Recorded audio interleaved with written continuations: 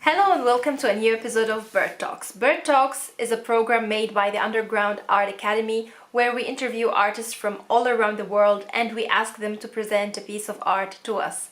My guest today is Emanuel Svedin. Hello, Emanuel. Hello, Sara. Nice How to are meet you. you? Nice to meet you too. Emanuel, would you please tell us a little bit about yourself? I live in Sweden. I'm born in Stockholm, and that's where I'm currently living. I am educated on the Royal Art Academy in Oslo, and I did my master in the Art Institute of Gothenburg called Valand. I've been working as a contemporary artist most of my life, and I also work as a teacher on the side. I would also like to say that I predominantly work together with a collaborator of mine, and I think it's almost 3 years ago. His name is Ayman Alazraq, and he lives in Norway. Emmanuel, as you know, I'm in Germany and here we have quarantine. We are not allowed to have concerts. We are not allowed to do anything. So how is it where you live? I live in Sweden, so I go to work and I go outside and everything like that. Cool. So in Sweden, you don't have this problem that we have here. No, there's been no quarantine in Sweden. So if you work in some sectors, if you can, you should work at home. But as I work with students, I can't work at home. So I go to school and I stay with them there. And then I usually go home. In terms of production of artistic things, it has been down to a very slow minimum. I would actually say all my exhibitions has been canceled. That was planned for this year and most of it next year also. So it's very uncertain to know when these kind of things is going to open up and when it will be possible to do exhibits and travel and these kind of things again. Okay, is there anything special that you have to do while working? Because, for example, here when we go to the supermarket, we have to wear masks. So, how is it? Well, we try to do some kind of social distancing, but it doesn't really work. We don't have any masks. I work with smaller kids, so that's really hard to stay away like 2 meters. That's something that they can't really grasp and understand compared to a lot of other ones. We wash our hands a lot. If you're sick, you're supposed to stay at home. Okay. Emmanuel, would you please tell us about the project that you're gonna present to us today? Yeah. So I'm going to present an older project because the projects that me and Ayman are working on generally takes between 2.5 to 3 years. And that is from the idea to getting the sufficient fund, the research, the collaboration with other people that we would need for that specific project, and also then for the final shows. It takes a lot of time. So right now, because of the corona, we were supposed to have a big exhibition with our latest project, but it has been postponed indefinitely. So I will talk about an old project that we did. So generally, when me and Ayman are working on something, we work around one specific subject and we work around one specific, I would go so far and say like an illustration of a problem or an illustration of an event or something that we want to investigate further. Mm-hmm. So in that project, it was the ongoing refugee crisis, which is still an ongoing thing. It's just that we talk about it way less nowadays. And it was with the Syrian refugees that was coming into Europe. And whenever a lot of big occurrences happens, we as humans, and especially the way that we read the news and the media and politicians and thoughts, it's always kind of bundled up with the idea of statistics or numbers or like how many and how few and what can they do and all these kind of things. So we kind of lack the way of sometimes expressing the personalities or the individualities, and I think in many ways that makes it easier to us to distance ourselves from it. So the idea, that's what we did a monolithic concrete block, which is also one of those things nowadays. If you want to build a wall, it's made by concrete blocks that you put together like a Lego system. That's just like how everybody does a wall. So we did a proportionately big size of a Lego block, which is over 3 meters high and roughly 2.5 meters wide. So it's too big to actually go around or to hug around. And the weight of that is, I guess, like 600 kilos or half a ton. It kind of varies when we exhibit it due to size and so on. And when you come and see it, because me and Ayman is always like wondering who is going to come to the exhibition, what will be their expectation, who is the public, and also is it understandable for them. I guess a little bit for myself, I am a dad and I have a small son, so I kind of picture another dad who doesn't know that much about art, and has his like cafe latte with his stroller with his kid, and he's going into the exhibition, and he paid like €8 for it, and he has been to all the cafes, and he's not a fan of art. And then he comes in and he sees this big monolithic concrete block with no signs, no info, and nothing. I just think that he would be really mad, like, why am I paying for this? Like, why is my tax money going for this preposterous thing? And then as you get closer, you will get, because there's always guard at museums, so they will tell you if you want, you can touch it, which is something that me and Ayman in a lot of our projects, we worked with the tactileness, the tactile movements and the touch of things and so forth, because it's something that you generally feel a lot, feel through music and touch and sight. But one of the things that's usually in the museum setting is that you are not allowed to touch anything, which is kind of sad, because a lot of things are nice and you want to touch, integrate with them. Almost all our works at this point are touchable works. So as soon as you touch it, only with the tip of your finger, you will feel the pulsation of a human heart. Your whole body will become one big heart with this kind of dove heartiness that you get if you, for instance, press your ear towards your loved one or your mother or a child, and you have this, like, you have the fattiness and you have the, like, it's a very deep inner bass, and that's what you get when you touch our monolith. You basically become a human heart, and it feels accurate. It feels like a human heart. So that's what you get. And then if you go around the monolith, you will usually see a sign, kind of hidden but placed so you will see it after the integration of it, where it's the information that the heart recordings are from Syrian refugees in the Sadri refugee camp in Jordania, which is basically more or less like or I would say it is a prison in the desert. It's really hard to get in, it's really hard to get out, and these people are just in a time warp or in transit. They're just stuck there. So their heart recordings comes from families there. That's the heart that you're listening to, and that's the heart that you're feeling. But we don't want to give away the information directly, because we want you first to feel something familiar that you know something about. And the first thing we ever hear as we grow up is the heartbeat of one's mother. That's what a newborn hears, and that's what makes a newborn calm, when the mother takes it to his heart. Emanuel, I don't know if you know, but I myself am a refugee from Syria, and it touches me to hear this. It's very interesting for me to know how actually you installed the heartbeat in those concrete blocks.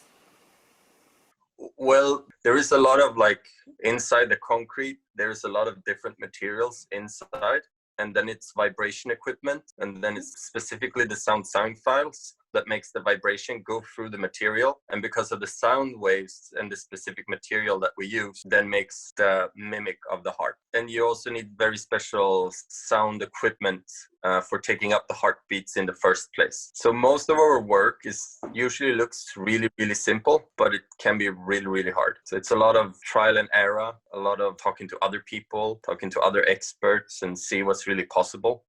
Because we kind of always go on unknown territory. Like, me and Ayman are not expert at this. We're not sound experts or vibration experts. Turns out that there was surprisingly few sound vibration experts in the world.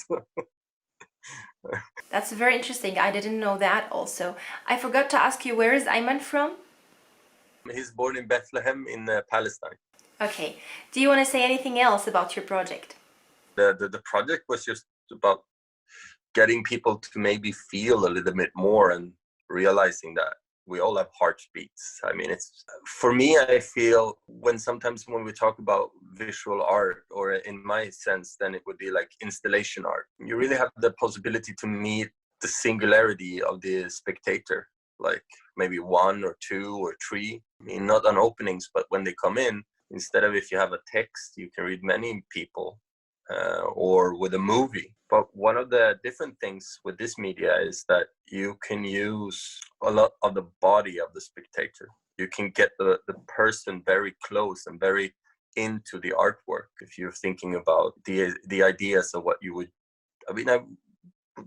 really simply call it some kind of psychological things, you know. How big is the shapes of the things that you're making? How does it smell when you go in? Where do you put the artwork? Are you allowed to touch it? Does it vibrate? Does it work with sound? I mean, all these things are things where you can really experiment a lot with for getting these kind of emotions, for the singularity of the spectator.